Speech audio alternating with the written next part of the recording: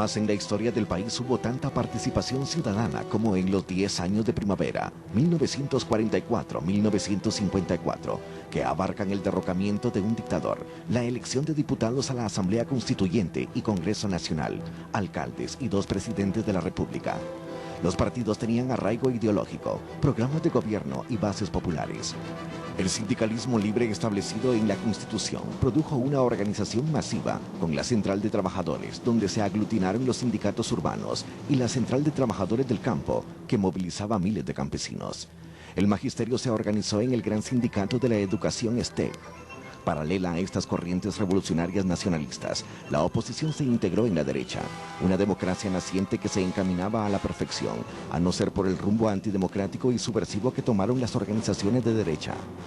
Juan José Arévalo, que ganó las primeras elecciones libres, enfrentó más de 30 conspiraciones. En las intentonas confluyeron desde los más retrógradas liberales hasta 2 integrantes de la Junta Revolucionaria de Gobierno. El coronel Francisco Javier Arana, jefe de las Fuerzas Armadas, consintió y fomentó rebeliones. El civil Jorge Toriello compitió en oposición a los partidos revolucionarios. El ministro de la Defensa, el coronel Jacobo Arbenz, marcó la diferencia. Y mantiene una fidelidad a sus ideas, a su marco ideológico, que yo no he oído nunca que alguien dudara que Jacobo estaba desprendiéndose del marco revolucionario que había sido trazado. Resentidos por la pérdida electoral, los opositores, que representaban al 15% de la población, se convirtieron en subversivos apenas 15 días después de la asunción de Arévalo. Las fuerzas de seguridad abortaron la primera conspiración, que incluía el asesinato del presidente Arévalo. Entre los detenidos estaban 4 candidatos presidenciales perdedores, así como periodistas, militares y profesionales que habían estado al servicio de la dictadura. El pedagogo tuvo la alternativa: torturar y fusilar a sus opositores al estilo de Jorge Ubico, o procesarlos en los tribunales. Optó por lo legal, pero encontró que el organismo judicial favorecía a los conspiradores, quienes salían libres a los 2 o 3 días para continuar con el juego subversivo. Los intentos de acabar con la revolución desde 1945 se sucedieron hasta el derrocamiento de Arbenz, 9 años después, todos ellos financiados por guatemaltecos acaudalados, la compañía frutera norteamericana United Fruit Company y el Departamento de Estado norteamericano a través de la Central de Inteligencia CIA. A la conspiración de los excandidatos presidenciales siguió la de los sargentos en la Guardia de Honor. Después el gobierno expulsó a 17 dirigentes de un partido liberal por proclamar la rebelión. Otro de los planes abortados fue el de capturar al presidente en la feria de Jocotenango. A 6 meses de gobierno constitucional, amigos del integrante de la Junta Militar de Gobierno, el coronel Francisco Javier Arana, ya figuraban en la lista de insurrectos. Había entre la misma gente de la revolución algunos que creían que era posible hacer cambios más o menos profundos, como la reforma agraria, por ejemplo, y otros que pensaban que no, que bastaba con instaurar un régimen democrático funcional. Las primeras azonadas dirigidas fuera del país con la incursión de subversivos la inauguró desde México el sucesor de Ubico, el general Federico Ponce Baides. El gobierno hizo capturas y descubrió al triunviro revolucionario Jorge Toriello como uno de los implicados dentro del Palacio de Gobierno. La embajada se involucró directamente en los complots. Por sus actos subversivos, el gobierno declaró non grato al agregado militar coronel Mort Devine, y el embajador Richard Patterson tuvo que salir huyendo del país cuando el gobierno le advirtió a Estados Unidos que su vida corría peligro. El diplomático había participado en reuniones con los opositores para conspirar. El gobierno se sacudió a Patterson sin necesidad de declararlo non grato. Acuerpado por un diario norteamericano, el diplomático declaró que regresaría a su embajada, aunque tuviera que acompañarlo el ejército de su país. Mientras tanto, dentro de las filas del ejército, el coronel Arana continuaba conspirando porque la suerte estaba echada.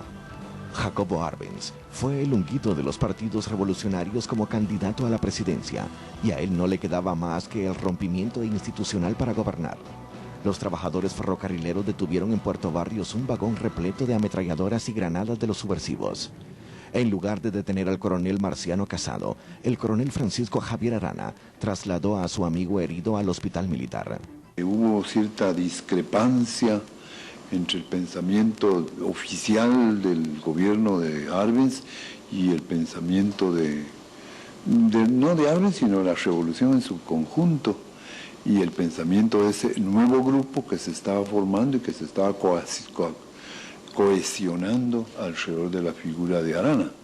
Previo a otro intento de asonada, en la que Gustavo Trangay tomó Malacatán San Marcos, que se complementaría con un levantamiento en el cuartel de Matamoros, el jefe de las Fuerzas Armadas, Francisco Javier Arana, se llevó a México al ministro de la Defensa, Jacobo Arbenz, y al jefe de la aviación, Francisco Cosenza. Dado el golpe, Arana traería prisioneros a sus compañeros para asumir el gobierno. En otra ocasión, el presidente Arévalo le autorizó a Arana a otorgar 400 rifles a los revolucionarios dominicanos para derrocar a su dictador, el general Leonidas Trujillo.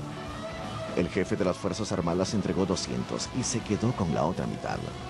Los arbencistas recogieron las armas que Arana había dejado escondidas en la guardianía del aeropuerto. Frustrado en las conspiraciones, Arana llegó a asomatar el escritorio del presidente y le anunció que iba a Matitlán para recuperar las armas robadas. Cuando Arana salió, Arévalo llamó al Congreso para tramitar su destitución y su captura por conspirador. El delegado para capturarlo fue Arbenz. A su regreso del lugar donde encontró las armas, Arana fue muerto a tiros en el Puente La Gloria por hombres que se conducían en vehículos por la vía contraria. Arbenz observaba la escena con largavistas, desde el lugar conocido como El Filón. Él fue capturado por una subversión, ¿verdad? Y en eso es cuando él muere. Es un eslabón perdido, ¿verdad? Muy delicado, que hay gentes que se han dedicado a estudiarlo con penetración, y yo lo que conozco es la versión más o menos oficial. La muerte de Arana provocó esa tarde una movilización de militares de la Guardia de Honor que atacaron el palacio desde el portal de comercio.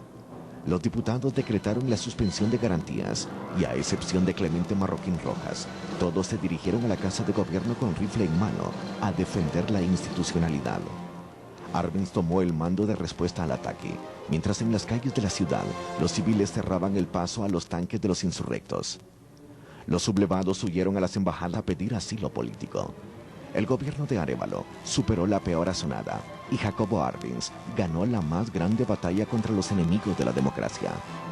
Arévalo reunió a sus ministros y los conminó a decir que los criminales de Arana habían sido unos forajidos. Secundado por el canciller Enrique Muñoz Meani, el ministro de la Defensa, Jacobo Arbenz, se opuso, argumentando que una revolución no se construye sobre mentiras y que era necesario decirle la verdad al pueblo. Y aunque oficialmente se le mintió, ese pueblo llevó a Jacobo Arbenz a la presidencia para premiar su fidelidad a la revolución.